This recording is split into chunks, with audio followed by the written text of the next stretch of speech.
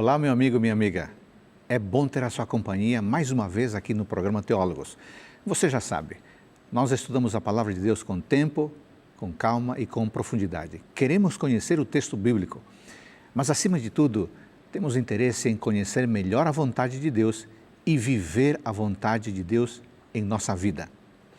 Você pode acompanhar informações sobre o nosso programa, os nossos convidados e temas, acessando as informações, as redes sociais e as informações que aparecem aí na sua tela. Certamente você gosta de estudar a palavra de Deus, então aqui vai uma dica prática e muito importante. Biblia.com.br é um site que lhe permite ter acesso a diversos estudos bíblicos, diversos materiais. Inclusive, você pode solicitar material da TV Novo Tempo, tá bom? Biblia.com.br. Em Jonas capítulo 1, versículo 1, lemos o seguinte: Veio a palavra do Senhor a Jonas, filho de Amitai, dizendo: Dispõe-te, vai à grande cidade de Nínive e clama contra ela, porque a sua malícia subiu até mim. Jonas se dispôs, verso 3, mas para fugir da presença do Senhor para Tarsis. Jonas é um livro cativante. Alguns até dizem que Jonas é o livro mais missionário do Antigo Testamento. No programa de hoje vamos conhecer um pouco mais sobre este livro, a sua estrutura e sobre a figura do grande profeta Jonas. Está começando Teólogos.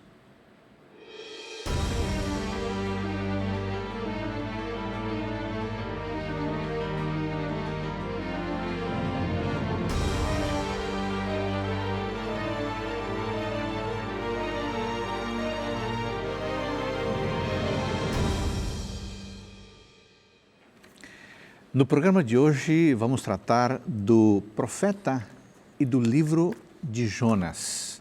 Eu queria que você tivesse a sua Bíblia na mão aí, perto, e um caderno para você tomar nota, para você escrever algumas informações importantes que serão dadas aqui.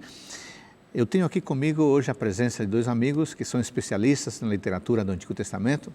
Dr. Edson Nunes, muito obrigado por sua presença mais uma vez aqui entre nós. Obrigado, prazer é meu, pastor. Você é professor de Antigo Testamento. Qual é a sua área especificamente de especialização no Antigo Testamento? Mestrado eu fiz em poesia bíblica, né? Trabalhei como é que funciona a poesia na Bíblia hebraica, né? No Antigo Testamento, as marcas da poesia, paralelismo, etc. E no doutorado eu trabalhei Gênesis, capítulo 1 a 9, né? A terra como um personagem, a narrativa dos primeiros capítulos de Gênesis focando na terra como um personagem. Que legal. Esse tema da poesia ainda vai merecer um programa aqui, né? Opa, será um prazer. Edson, você é casado? Né? Sim. Já há quantos anos? Vou fazer 18 anos, pastor. Uau. Casei cedo. Fala um pouquinho do nome da sua esposa, seus filhos. Vanessa. A gente casou em 2001, de janeiro de 2001, dia 21 de janeiro. E temos 2 meninos, a gente esperou 9 anos para ter filho, a gente casou novo e esperamos para ter filho. É um conselho que eu dou para todo mundo, case novo e espere um pouco para ter filho. Eu tenho o Daniel, que está com 8 anos, e o Yosef, que está com 6. Você gosta mesmo de Daniel, né? Eu gosto, gosto bastante. Muito bem. Lucas, temos aqui também conosco o Lucas Iglesias. O Lucas já há algum tempo terminou o mestrado e agora está no programa de doutorado, indo para o final também. Muito obrigado por você tirar tempo. É meio a correria do magistério e estar aqui. Você também trabalha no NASP e você leciona também no Antigo Testamento, é isso? Isso. Eu sou professor lá, dou aula de Antigo Testamento, de hebraico e também dou aula de religião para os outros cursos da faculdade lá. Você é casado também já há algum tempo? Sou casado com a Caroline e em breve teremos um filho. É mesmo? Que joia. O João está chegando. O João está chegando aí. Você gosta do Antigo Testamento, mas está no nome do Novo Testamento. Então. É para conciliar, né? Exatamente, intertestamento. Bom, o Lucas também, você já deve ter visto aí na internet, gosta de cantar, de tocar, né? Também eu gosto artista, de né? tocar, cantar é mais complexo, mas eu gosto bastante de música, minha família toda está Escreve letras lindas. ligada. Aliás, você também toca instrumento, né? Eu toco, mas o Lucas toca muito bem. O Lucas é profissional mesmo. O Lucas é profissional, o irmão dele Eu queria agradecer ao NASP, especificamente ao Campus Engenheiro Coelho, porque nos permitiram ter os nossos dois amigos aqui conosco. Aliás, vamos assistir esse pequeno vídeo falando do NASP.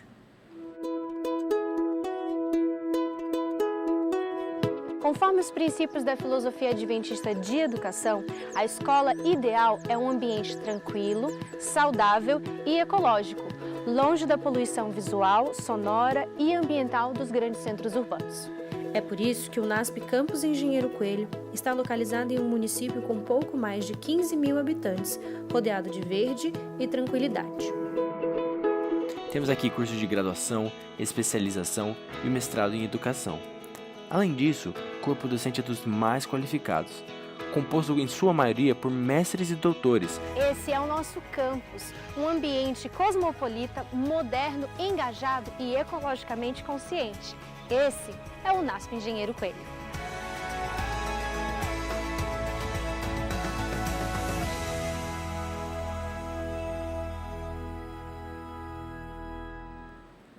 Como você notou, o NASP é um excelente lugar para termos os nossos jovens estudando lá em diversas carreiras.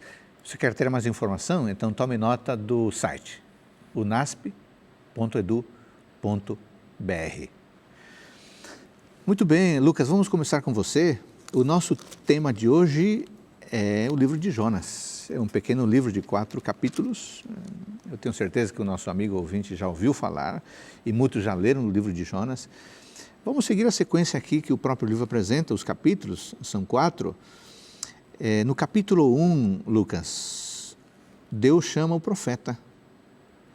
E o profeta se dispõe, mas se dispõe para fugir. É uma reação natural de um profeta, ele ficou com medo, o trabalho era muito difícil, a nação para quem ele ia era uma nação difícil. O que explica a recusa do profeta ao chamado de Deus? Essa pergunta é muito interessante, porque o livro, de cara, já não explica. E isso é o charme do livro, né? O livro começa de um jeito que você não sabe por que Jonas foge, vai ser explicado só lá para frente, para quem está lendo. Mais ou menos ainda. E mais ou menos, exatamente. E você não sabe por quê. Como o senhor perguntou, não é esperado de um profeta fugir. O profeta tem certo receio por se sentir incapaz, mas não fugir, né? E é interessante que não é mencionado nada de Jonas responder a Deus, nada, só ele age como? Fugindo, né? Tem esse livro, na minha opinião, ele é um dos livros, começar diferente, tem gente que considera o livro de Jonas como uma sátira, como uma paródia, no sentido de um gênero literário, né? E é bem interessante essa percepção, porque, na minha opinião, dos livros proféticos, ou até da Bíblia, do Antigo Testamento, é um dos livros mais permeados de ironia. E eu acho que logo de cara já temos um profeta que foge. Além de o nome de Jonas ser um detalhe bem interessante, que às vezes a gente passa batido, que é dito Jonas, filho de Amitai. Ben Amitai, Amitai vem de Emet, verdade, fidelidade. Então, poderia-se dizer que Jonas é o filho da fidelidade. Só que daí o filho da fidelidade veio a palavra do Senhor e ele se dispôs. Para quê? Para fugir. Ele foge de Deus. E já começa, a reação automática é rir, né? Porque um profeta fugindo de Deus. Então, Jonas, o livro de Jonas, ele apresenta personagens bem estereotipados que fazem coisas que não se espera que eles façam.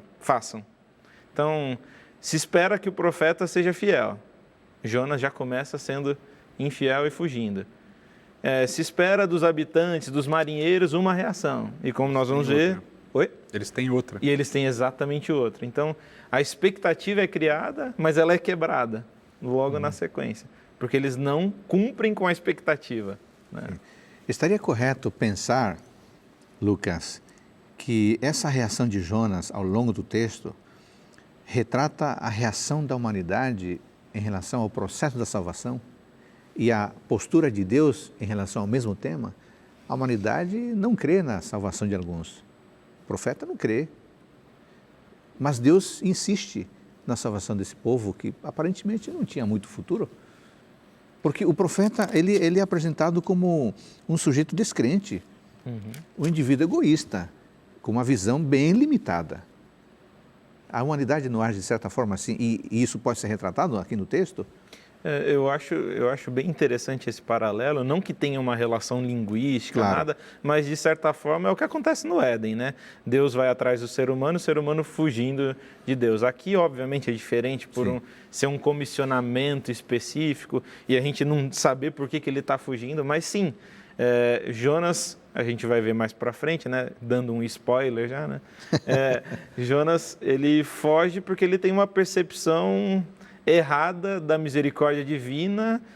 De Deus, da misericórdia divina. Exatamente, de tudo, né? De tudo. Até do papel dele mesmo. Eu acho que aqui você tem um acirramento, vamos dizer assim, você fez a comparação com Gênesis, mas aqui você tem um acirramento, né? Porque constantemente Deus busca o diálogo e Jonas não quer o diálogo. Ele nem fala. Ele nem fala. Ele não diz, Senhor, eu não quero ir.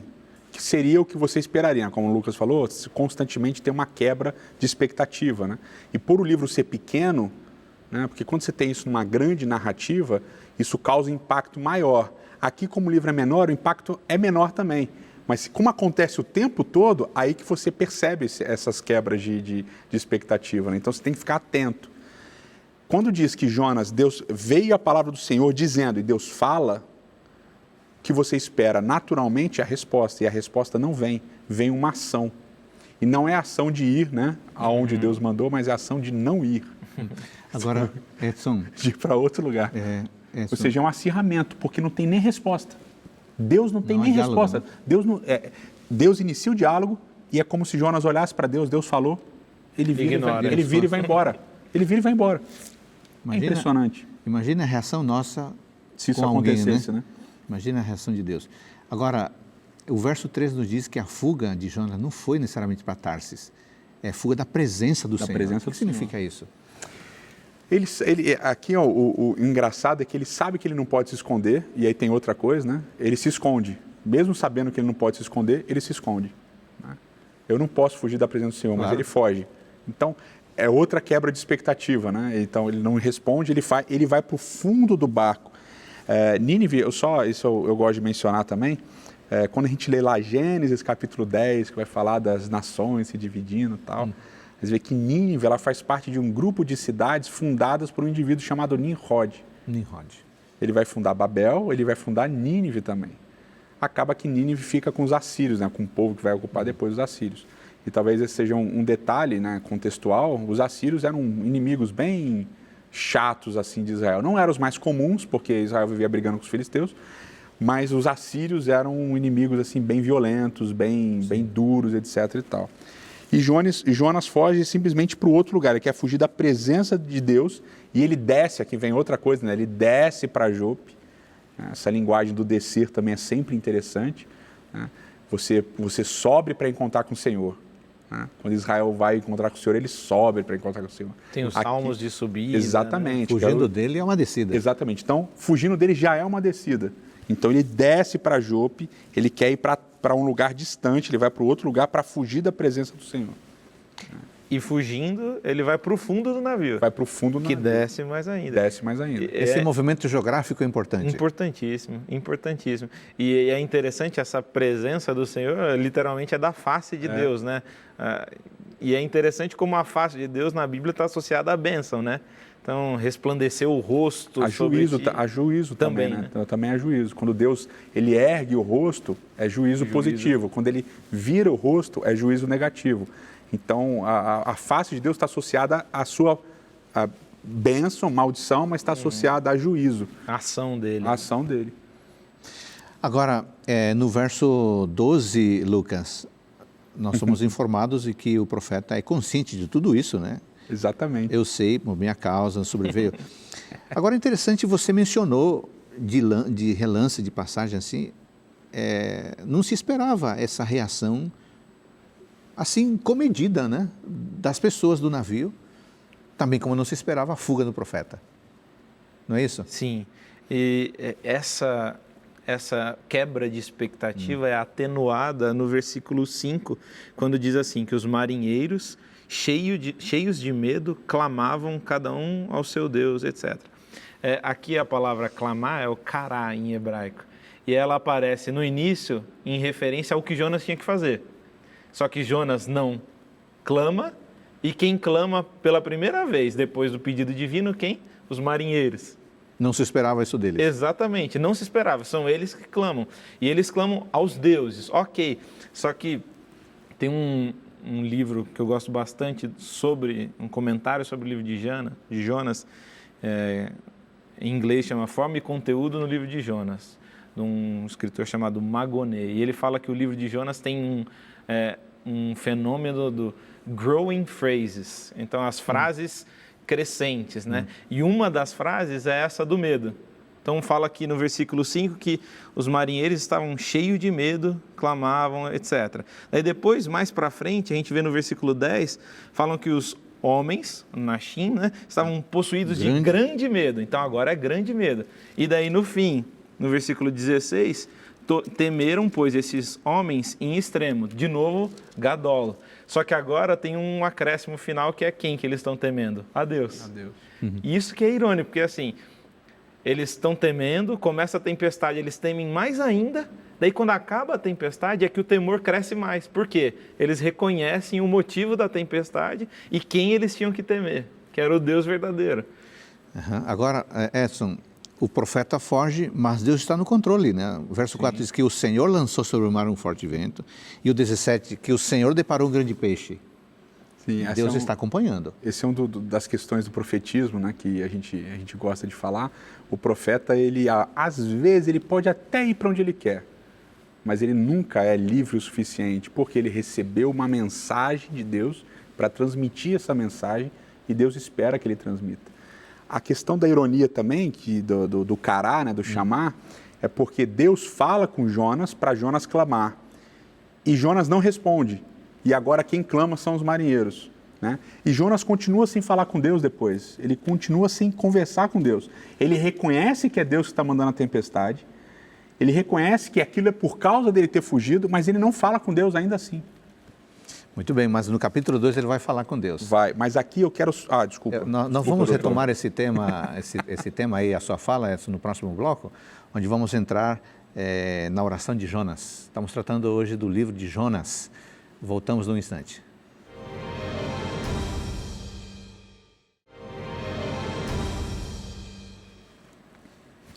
No programa de hoje estamos tratando do profeta Jonas e do livro de Jonas, esse livro fascinante. Edson, eu cortei a palavra para você no bloco anterior, mas você estava mencionando algo muito interessante no verso 11. Isso aqui é interessante porque Jonas ele fala, não, a culpa é minha, realmente é por minha causa, etc e tal. E aí os homens perguntam, os marinheiros perguntam, mas tudo bem, então o que a gente faz? O que a gente faz agora? Aí Jonas, interessante, Jonas continua não falando com Deus, né? E aí Jonas fala, olha, me jogue no mar e o mar vai se aquietar, porque tudo isso está acontecendo por minha causa mesmo.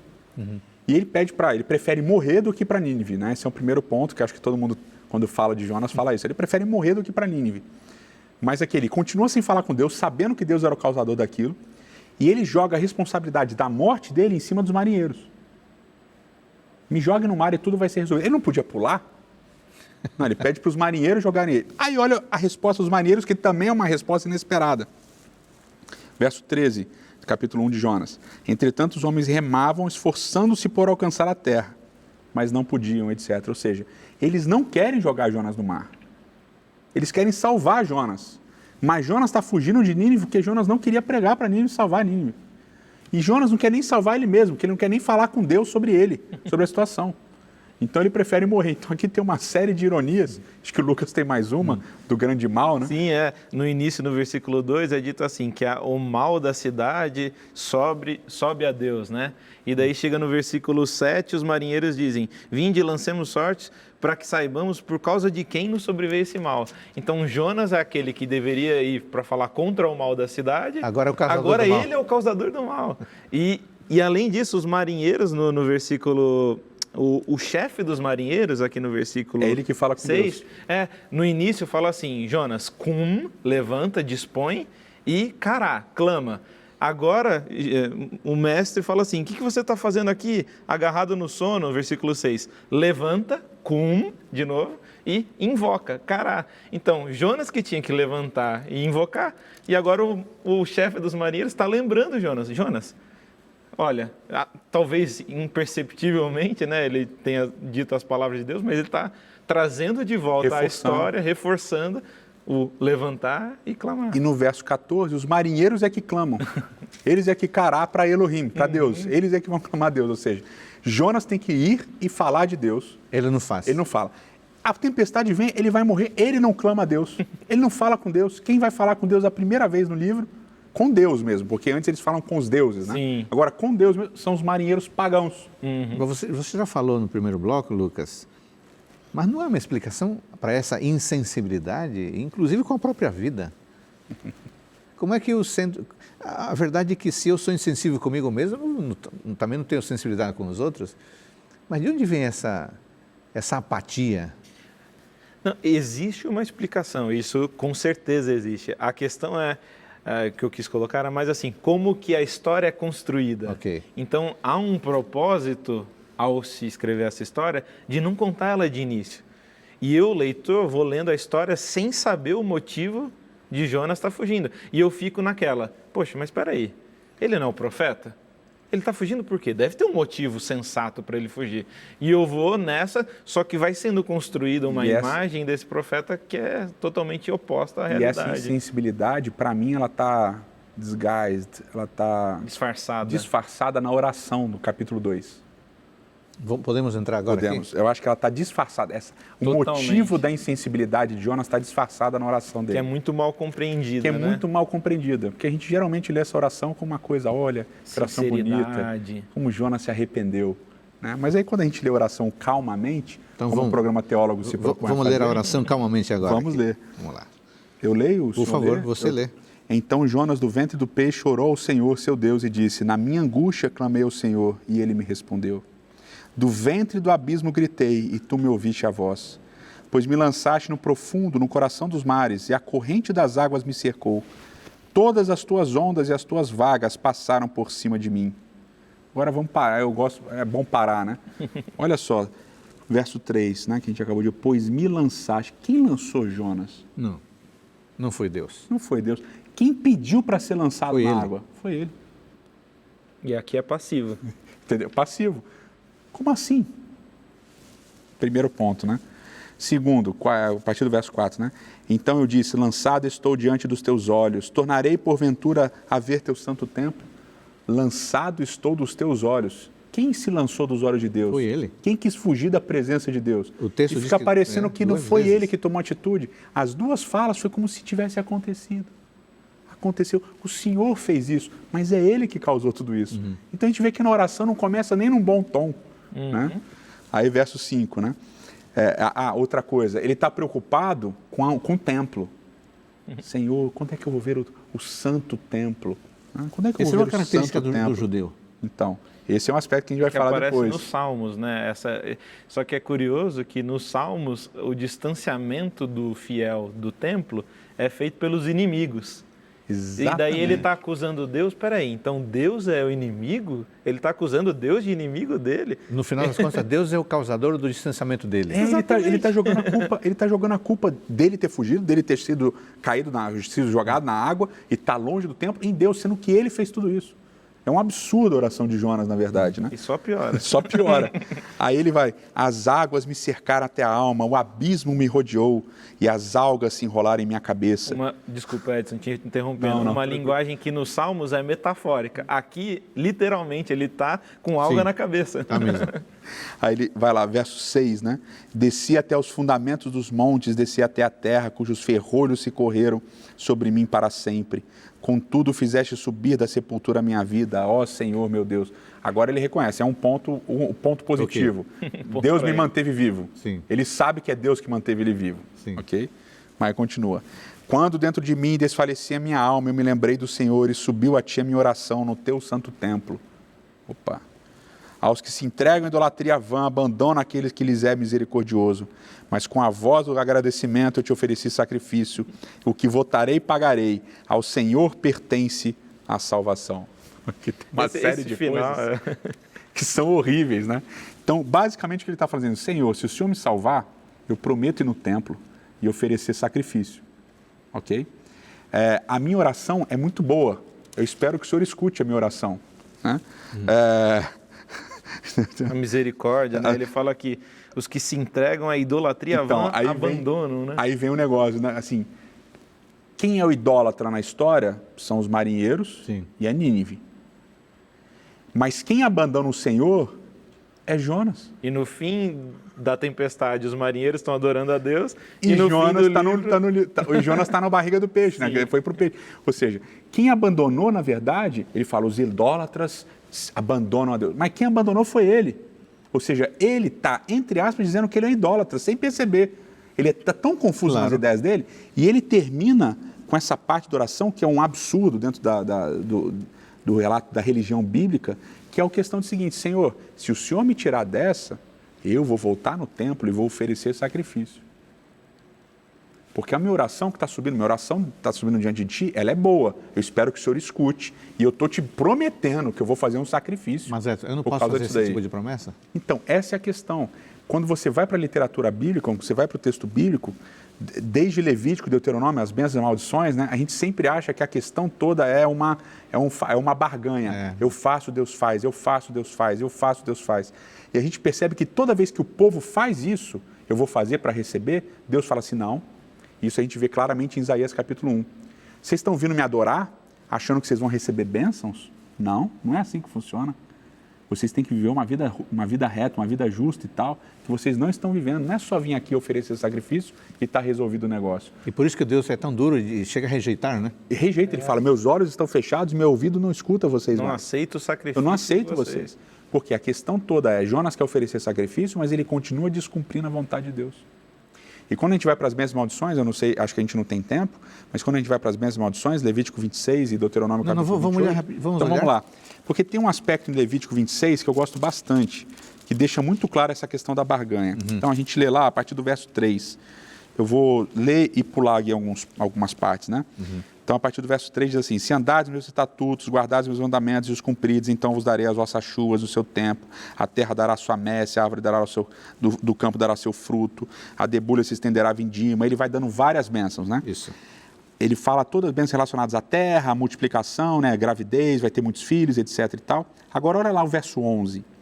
Porém, o meu tabernáculo no meio de vós, e a minha alma não vos aborrecerá. Andarei entre vós e serei o vosso Deus, e vós serei o meu povo. Eu sou o Senhor que vos tirei da terra do Egito, da casa de escravidão. Aí, Deus está falando de bênção.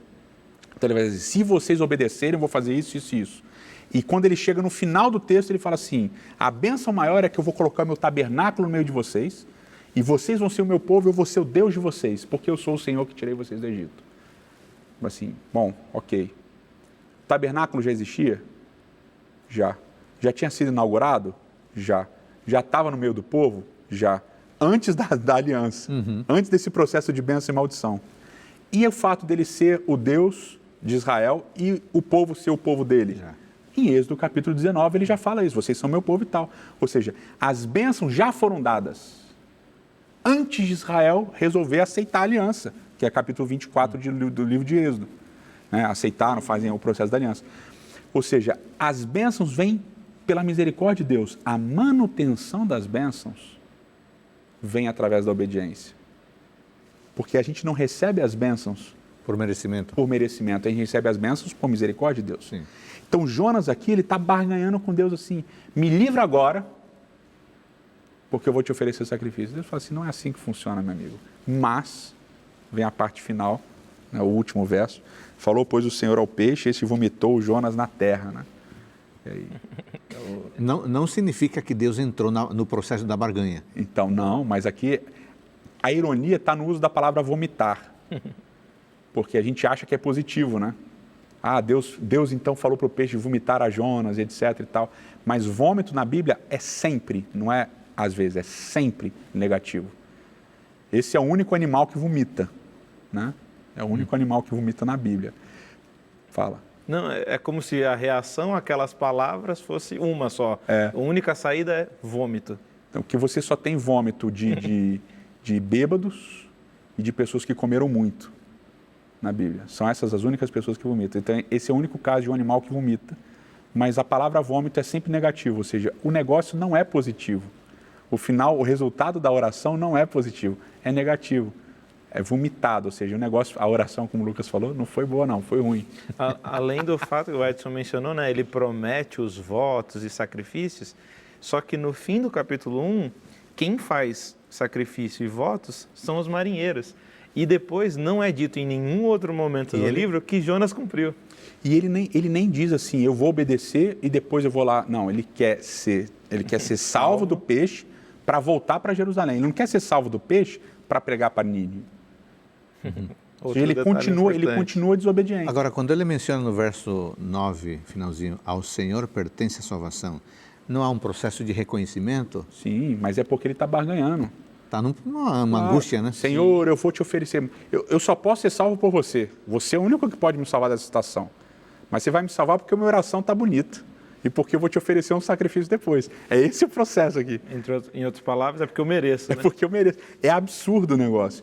E a vontade dele não é sair dali para ir cumprir o que Deus mandou. Ele não fala em nenhum momento. Não, a vontade dele é sair para voltar para Jerusalém. Para ir para o templo.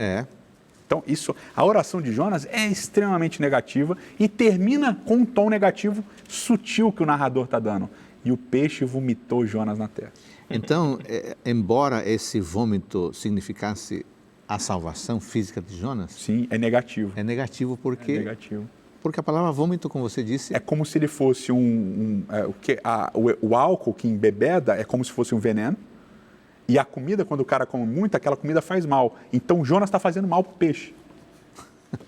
Então, Deus salva o peixe. Deus salva o peixe. Olha, Jonas fez mal para os marinheiros e fez mal para o peixe. Você não merece esse sujeito no seu estômago. Fantástico. É a ironia máxima aqui do negócio. E aí Jonas vai para Nínive, agora com o peixe, né, provavelmente o peixe vomitou Jonas em Nínive, né? Porque o peixe se recupera. O que podemos dizer de Nínive, que Jonas desprezava tanto? É uma cidade violenta. Os assírios eram conhecidos por serem extremamente violentos, promíscuos também. Se a gente vê lá de Gênesis 10, o negócio já era assim, né? Nimrod era um caçador diante do Senhor, ele era um indivíduo violento, etc. E isso vai permanecer, né? Babel, Nínive, tem uma outra cidade que eu esqueci agora, mas é interessante que Nimrod, ele funda 3 cidades que são marcantes pela inimizade com Israel, vamos dizer assim. Então, eu esqueci a outra, mas enfim, Nínive e Babel, promiscuidade e violência, né? Então, é uma cidade difícil, né? Lucas, temos alguma mensagem aqui também escondida? Já vimos uma aqui no vômito, né? Mas uma mensagem escondida em Deus levar graça ao povo que tanto problema trouxe ao seu povo? Com certeza. Com certeza. Isso é a essência do ofício profético, né? Aqui no capítulo 3, eu estava pensando por onde eu começo, né? Sim. Se Gênesis 18, a intercessão de Abraão. Abraão, ele é o primeiro a ser chamado de Navi, profeta, né? Uhum. E é interessante que a primeira ação como profeta, desse primeiro a ser chamado de profeta, é interceder. E ele intercede naquele contexto ali do capítulo 20, onde ele é chamado, um pouquinho antes, 18, 19, ele intercede por Sodoma. Né? Sim. E detalhe importante é que ele não intercede por Ló e a família, ele intercede por toda a cidade. Ele fala, Senhor, se tiver 50 justos, o Senhor vai poupar a cidade? Se tiver tantos justos, e vai 45, 40, até 30, 10. Até 10. Mas para salvar o quê? Esses 10? Não. Ele vai salvar a cidade inteira. Diferentemente de Jonas, que estava ganhando pela própria vida, ele pela dos outros, né? Exatamente. Isso é fundamental. Essa é a chave para entender o processo de Jonas. Porque ele não está preocupado com Nínive. Ele não está preocupado com os marinheiros. Ele não está preocupado nem com o peixe. Ele está preocupado com ele. Peixe a gente fala tal, mas enfim. Mas ele está preocupado com ele. A preocupação de Jonas é ele. E ele vai, ele prega em Nínive sem vontade, preocupado com ele também, está cansado, não quer gastar muito tempo ali, ele vai, prega e vai embora da cidade. Então, o processo do profeta de pensar no outro, de interceder, né? Moisés intercede, os profetas sempre intercedem pelo povo, Jonas não intercede por ninguém, só por ele mesmo.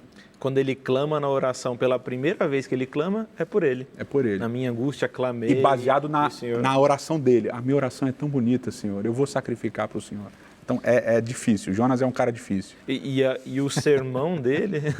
E o sermão dele é um dos sermões, assim, né? A pregação dele é uma das pregações mais curtas de toda a Bíblia, mais simples e que tem um dos maiores efeitos. Resultados. E essa desproporção também eleva o tom irônico do livro, né? A gente tinha mencionado num programa que a gente fez sobre o profeta, né? Sobre a relação do profeta com a autoridade estabelecida. Sim. Normalmente o rei, etc. Sim. Aqui se espera que um profeta que vai chegar e vai falar uma mensagem para um rei determinado, o que aconteça? O rei recuse, não queira ouvir, quer o comum. Só que aqui Jonas vem e faz a sua pregação. E qual que é a reação do rei? Absurda. O rei ouve, Jonas não sugere que seja feito jejum, nada, e o rei faz jejum, conclama jejum até nos animais. Vamos falar sobre isso no próximo bloco? Aí nós vamos fazer o fechamento dessa história impressionante. E qual é a postura de Jonas e de Deus? E qual a mensagem de Jonas para nós que vivemos no tempo de hoje? Voltamos no próximo bloco.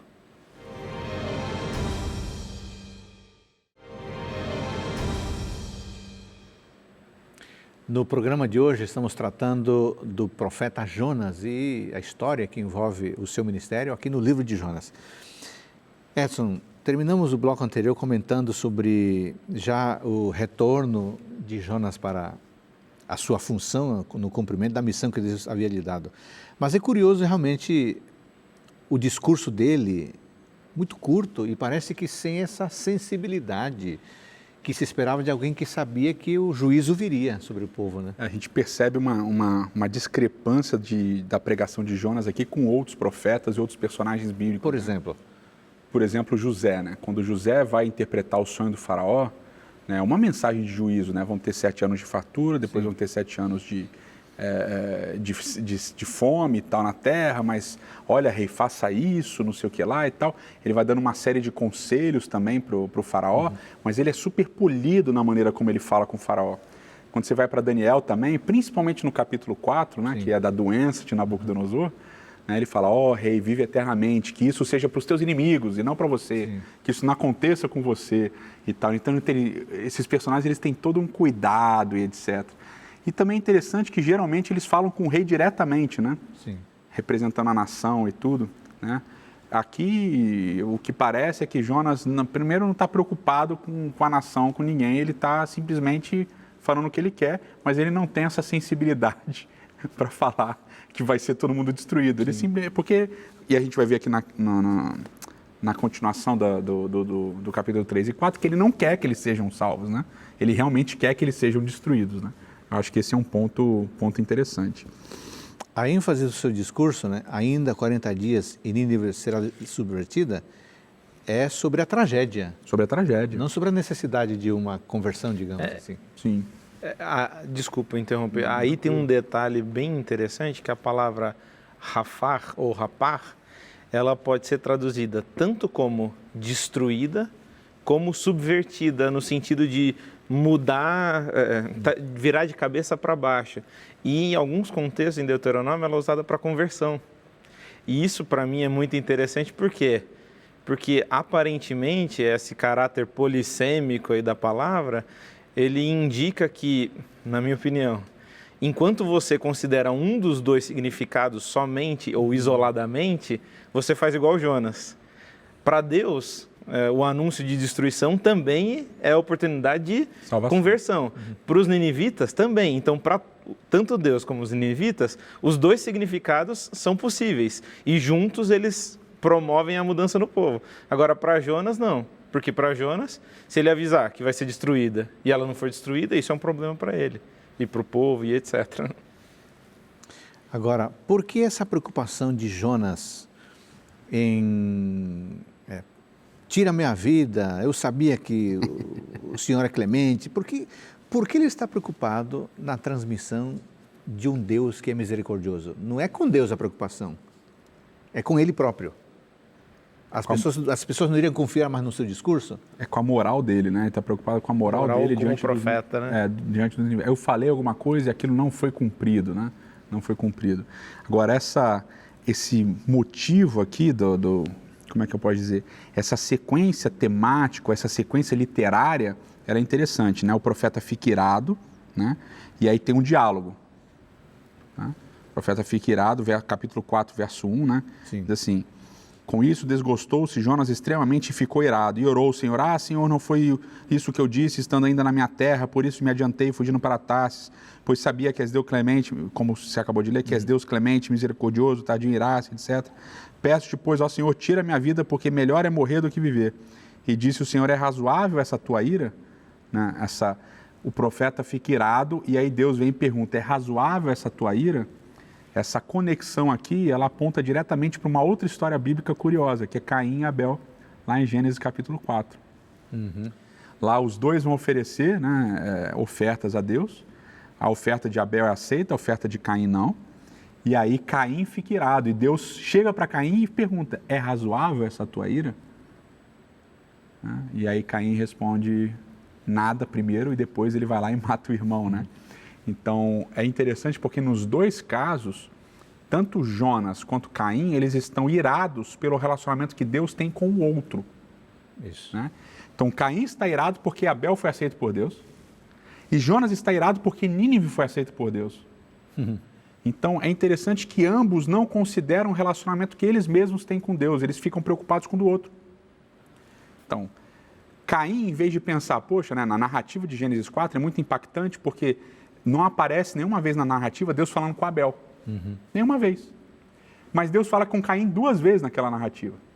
Então, ao invés de Caim pensar, poxa, Deus está falando comigo, Sim. Deus está vindo conversar comigo, que legal. Não, ele está preocupado em como Abel está se relacionando com Deus. E aqui com Jonas é a mesma coisa. Em vez de Jonas pensar, puxa, eu sou um profeta de Deus, Deus está me usando para transformar uma cidade. Né? Você imagina um cara transformar uma cidade inteira, como é que hoje isso não cairia bem? Claro. Né, para um pastor, para o evangelista, né? Poxa, fui em tal lugar. Sucesso total. Sucesso total. Não, mas ele está preocupado com o relacionamento que os ninivitas passam a ter com Deus. Ele não gosta. Ele não gosta que Deus aceite o outro. Né? E eu sempre, é uma coisa que é uma reflexão importante para a gente fazer, muitas vezes na nossa experiência religiosa, a gente experimenta a mesma coisa. Ao invés de valorizarmos aquilo que nós temos com Deus, a gente fica preocupado com o que o outro tem com Deus. Né? E eu lembro muito da parábola de Jesus no Novo Testamento, eu traço esse paralelo, dos trabalhadores na vinha, né? Ele sai de manhã, pega um grupo, Sim. sai ao meio-dia, pega outro grupo, sai ao final do dia, e no final todo mundo recebe a mesma coisa. E os que chegaram de manhã ficam chateados porque os outros receberam a mesma coisa. Ou seja, muitas vezes a gente está só olhando para o outro. Ao invés de pensarmos naquilo que a gente tem com Deus, a gente fica olhando o que o outro tem com Deus.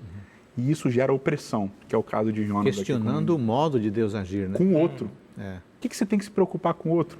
Né? Agora, Edson, você sentido. leu o texto aqui, 4:4, disse Isso. o Senhor, é razoável essa tua ira? Existe a ira razoável e a que não é razoável? Essa é uma excelente pergunta. Aqui é óbvio que a pergunta ela é retórica. Claro. Né? Porque é óbvio que não é razoável. E a raiz da palavra é de tov, bom. Sim. É boa essa tua ira, Exatamente. é correto. E agora você tem, né, o irai-vos, mas não pequeis, né? Então você tem uma ira, e Deus mesmo se ira com o pecado, etc, e tal, com a opressão, ele se ira. Mas aqui é boa essa, é razoável essa tua ira, é boa essa Não tua é, ira? né? Não é, já é A pergunta retórico. sugere que não é, né? E não é nem para ele responder, né? Mas Claro. ele responde mesmo assim, né? E a resposta é fantástica. E aqui tem uma outra ironia, só na sequência, né? Que no verso 5, do capítulo 4, diz que Jonas saiu da cidade e assentou-se ao oriente da mesma, e ali fez uma enramada e repousou debaixo dela à sombra, até ver o que aconteceria à cidade. Ele senta para ver a destruição da cidade, é o que ele quer. E aqui você tem um paralelo justamente com o capítulo 3, verso 6. Depois que Jonas prega, os ninivitas se arrependem, e olha o que diz o verso 6. Chegou essa notícia ao rei de Nínive, ele levantou-se do seu trono, tirou de si as vestes reais, cobriu-se de pano de saco e assentou-se sobre cinza. E aí ele vai jejuar, etc. e tal. Então você tem os 2 personagens centrais dessa parte final de Jonas, né? 2 dos 3 personagens centrais, o rei de Nínive, Jonas. O rei de Nínive é um personagem meio secundário, né? Jonas e Deus são os principais, mas enfim, o rei de Nínive se assenta para salvar. Sim. Jonas se assenta para ver o bicho contemplar a pegar. destruição. Exatamente, para ver a cidade ser destruída. A cidade que ele não queria ir, agora ele senta esperando nessa cidade, né? Para ser destruída. E é curioso um detalhe aqui no discurso do rei, né? aqui quando ele, no versículo 9 e no 10, ele fala assim: quem sabe se voltará a Deus e se arrependerá e se apartará o furor da tua ira, de sorte que não pereçamos. Isso não pareceria ser o discurso do profeta? Exatamente, exatamente. É exatamente isso. É o discurso que deveria sair da boca do profeta. E ele tem um tom irônico mais forte ainda quando a gente relaciona com um texto que tem basicamente exatamente as mesmas palavras, que é Êxodo, no capítulo 32, no episódio do bezerro de ouro. Vamos ler aí. Em Êxodo 32, 12 primeiro. Então Moisés vai interceder pelo povo, né? Isso. E é dito assim, porque o 14, então se arrependeu o Senhor do mal que dissera que havia de fazer ao povo. Esse texto paralelo com o versículo 10 que aparece na sequência ali de Jonas, né? Talvez Deus vai se arrepender do mal que tinha dito e lhes faria e não vai fazer esse mal, etc. Tal. Além disso, aparece também um paralelo com Êxodo 34, aqui, logo a explicação de Jonas. Jonas, na sequência, né, depois desse discurso do rei, que tem eco com Moisés, Jonas, ele fala a explicação da fuga dele, né? Em certo sentido, né? Parcialmente. Ele fala, porque o Senhor era clemente, longânimo, misericordioso, tardio, se arrepende do mal. E o que é fantástico, Moisés fala exatamente as mesmas palavras... 34:6. 34:6. Só que lá, Moisés usa essas palavras para exaltar Deus, falando das qualidades, das características maravilhosas de Deus. Enquanto que Jonas é para acusar Deus. Ele usa Deus contra Deus. Tem até discussão se aqui em Êxodo 34, se é Deus mesmo que está falando ou se é Moisés. Porque um grupo de teólogos e rabinos dizem que é Deus que está falando. Né? E ele outro afirmando grupo, dele ele mesmo. afirmando dele mesmo. Ou seja, Jonas usa ou uma fala de Moisés a respeito de Deus, ou uma fala do próprio Deus a respeito dele mesmo. Para acusar. Para acusar o próprio Deus. Sim. Agora, o discurso de Jonas foi: ainda 40 dias e Nínive será subvertida. A reação foi: os ninivitas creram em Deus. Foi a reação ao discurso? Foi o Espírito Santo agindo? O que explica essa reação tão positiva de um povo tão insensível, tão violento, como já foi dito aqui? Eu acho que o imponderável, né, por Jonas, pelo narrador, pelo escritor de Jonas, não explicar o que aconteceu ou como aconteceu, ele deixa para você o imponderável. Ele fala, bom, existe algo que a gente não consegue explicar. É inexplicável. Então, como que isso aconteceu? É um profeta, como a gente viu no capítulo 1 e 2, que não quer, é um profeta cheio de si, individualista, egoísta, e o final do livro vai simplesmente corroborar tudo isso.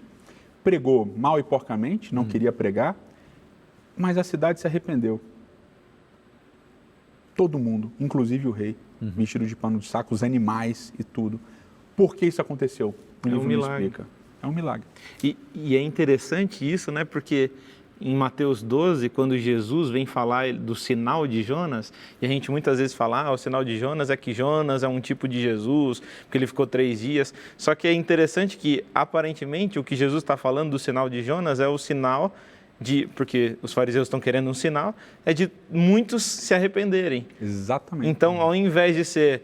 Porque ele começa falando assim, olha, Jonas ficou tantos dias, ele se compara com Jonas e ele termina o discurso se comparando com Salomão, quando ele fala da rainha de Sabá. E no meio, ele fala assim, o sinal de Jonas aqui, os ninivitas se converteram, a rainha veio e ouviu e se converteu. Isso é o maior milagre, uma conversão totalmente sem explicação. Esse é o sinal, né?